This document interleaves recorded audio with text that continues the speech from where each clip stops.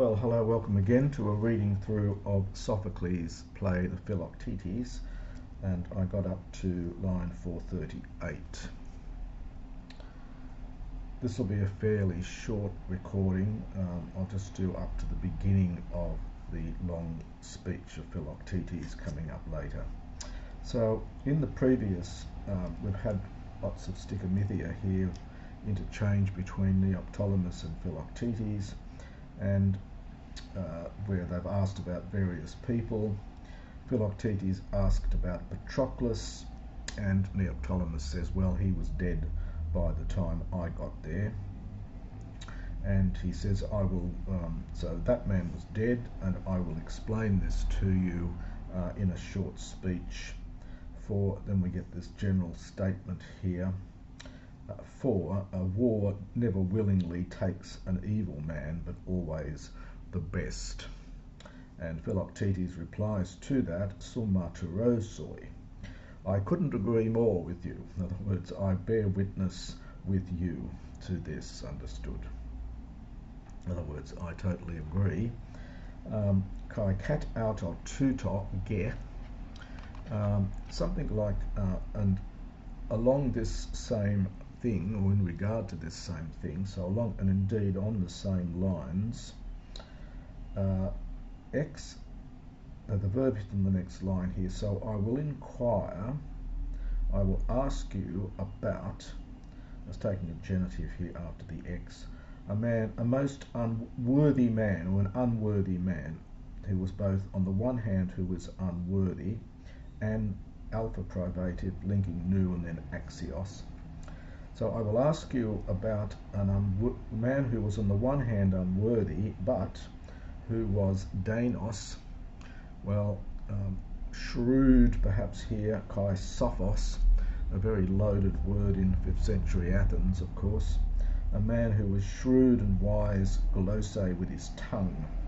Tinun kure, so what now, well, is he, literally is he, we would say how is he now, how now is he.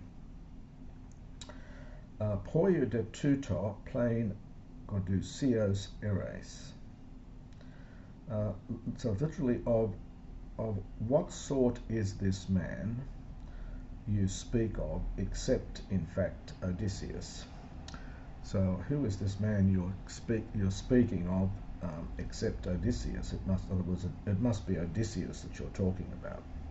But he says, no, ututon apon, I did not say him, al Thersites tisain, but there was a certain Thersites, who of course is mentioned in the Iliad. He's a very unpleasant, unhappy character who gets hit with, I think Odysseus in fact is the one that's very interesting here, because Odysseus is the one that hits him in the Iliad from memory. Hos uk an halet eis hapak sapain, hopu medes I oe. So who chose, this is from Hyrio, who chose not to speak eis hapax just once. In other words, he talked all the time. Hopu, where no one would allow him.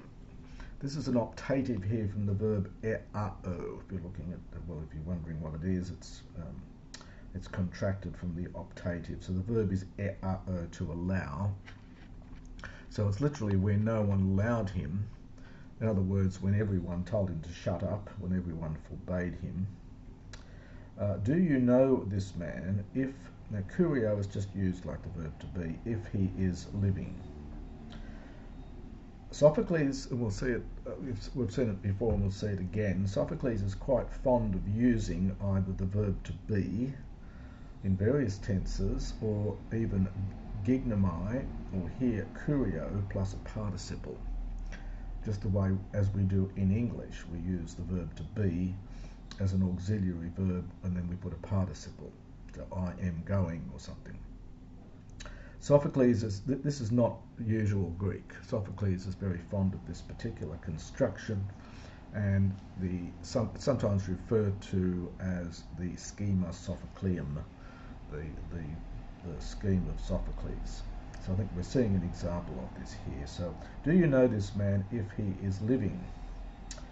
Uk aiden auton, I've never seen him, but I have perceived for my stanamai that he is still alive, him still being.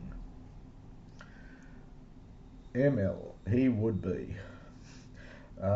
Epe uden po kakon gapoleto.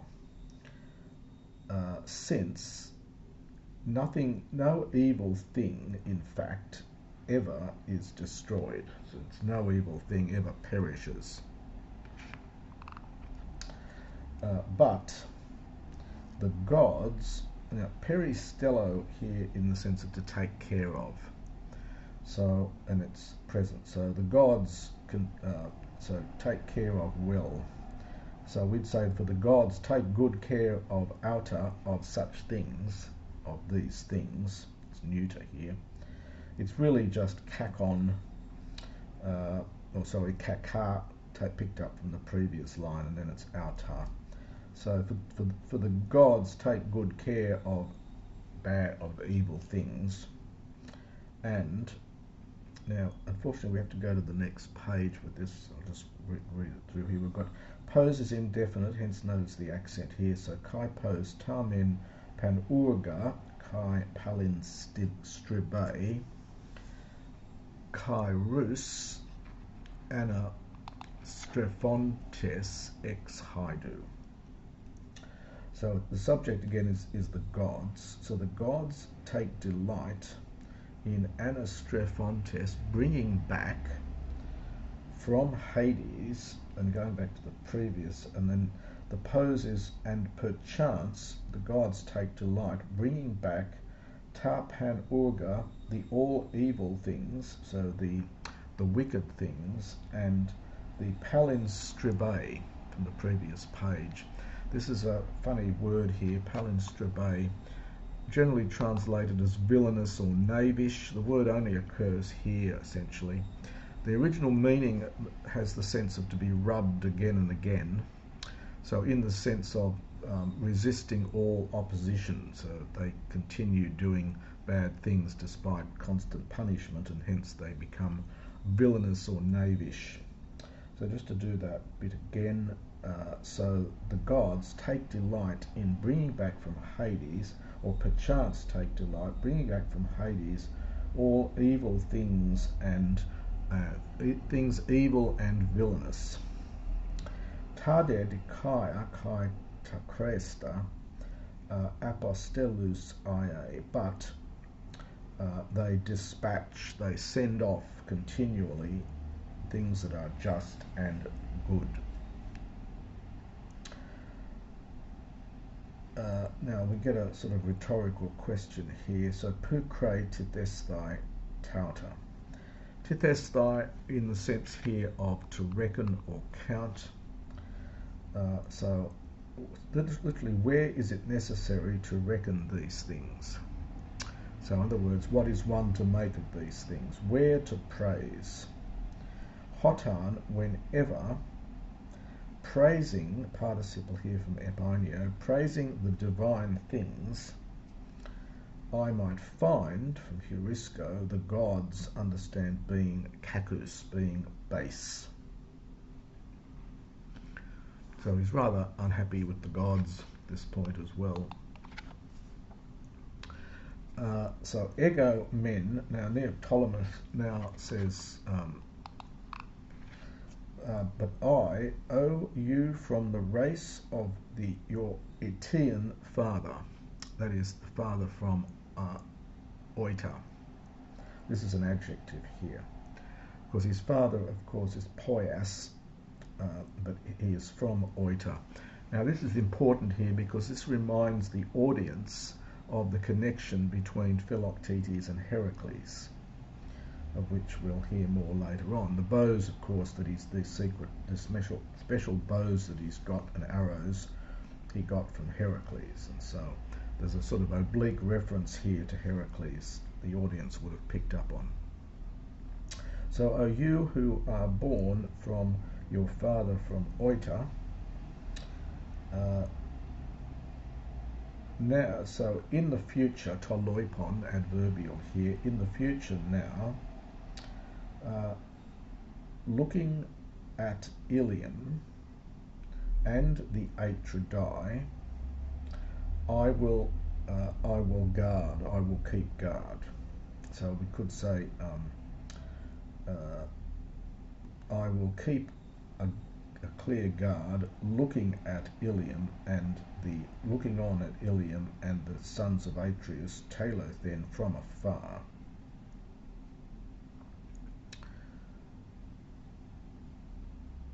So perhaps for the Philoktetes, future middle, so it's almost I will keep a close eye on, I'll keep close guard, looking at Ilium and the sons of Atreus, Telothen from afar.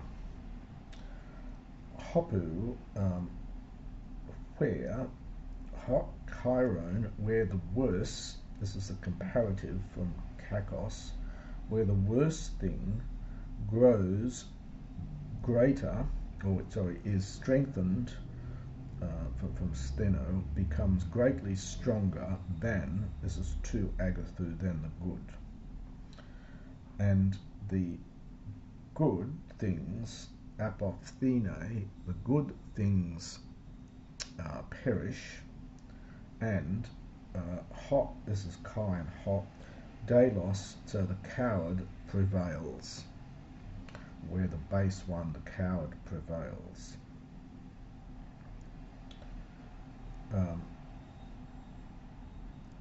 So again, it's typical Greek. You've got to read the whole thing through. So it's sort of in the situation where the worse becomes greatly stronger than the good, and the good perishes, and the coward prevails.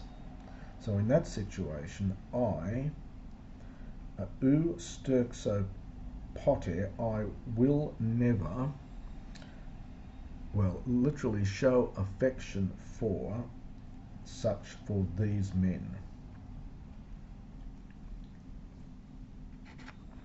Now, stergo is one of these verbs that can mean to love.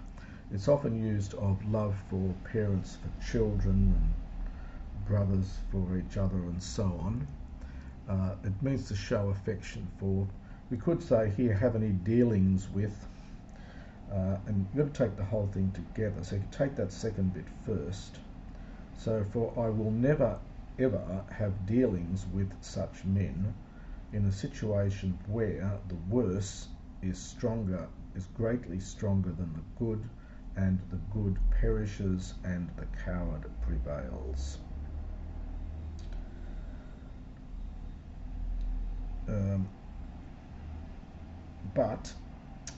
Now again, toloipon is adverbial, but in future, rocky skyros will be sufficient for me, with the result that, or so that, understand, I will take pleasure in my house. So I will just enjoy myself at home. Again, another example here of we've got the future of the verb to be with a participle. Will be sufficient.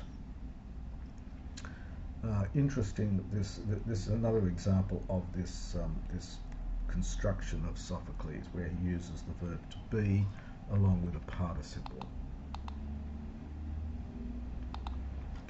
So in future, rocky skyros will be sufficient for me, so as to take pleasure in my house. Now the next little bit now is very important, because he now says, well, thank you very much, I'm going to go.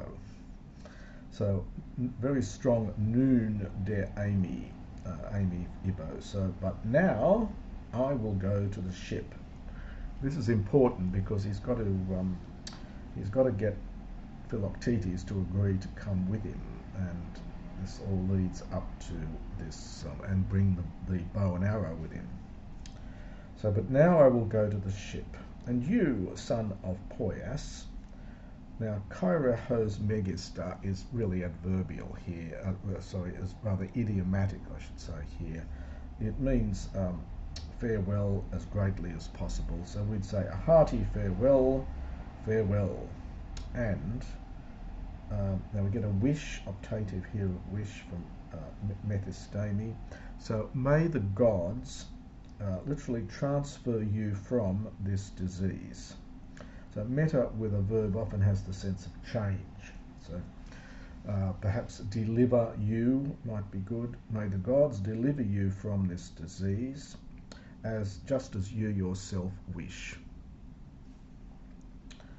Now the next couple of lines are really spoken technically to the chorus, because the chorus are all sailors that are technically supposed to be there with him. Hey Meister Eomen, but come, so let us go. So it's the plural here referring to himself in the chorus. Eomen from Amy Ibo, this is the hortatory subjunctive. So let us go, since Hopanica an, whenever the god literally might yield, so perhaps might offer a plune, a voyage for us. Taina Kauth, this is correlative with the Hopanic, so whenever and then at that time, let us go forth. Again, another hortatory subjunctive here, although it's from hormao.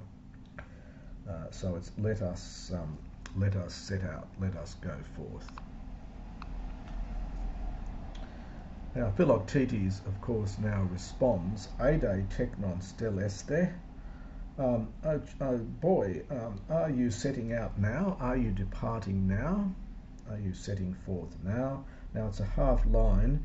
Half lines mean he's getting very excited.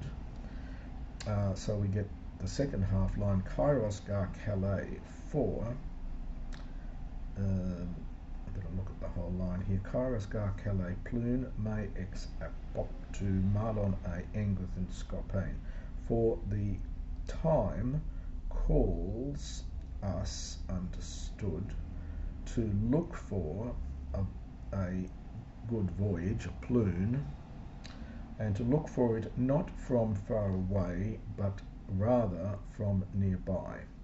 In other words, if there's going to be good weather, we need to be near the ship and not far away from it, I think is the sense of it. So for the time calls us to keep an eye out for a plune, a good sailing weather, really, a good voyage, not from far away from the ship, understood, but rather from nearby.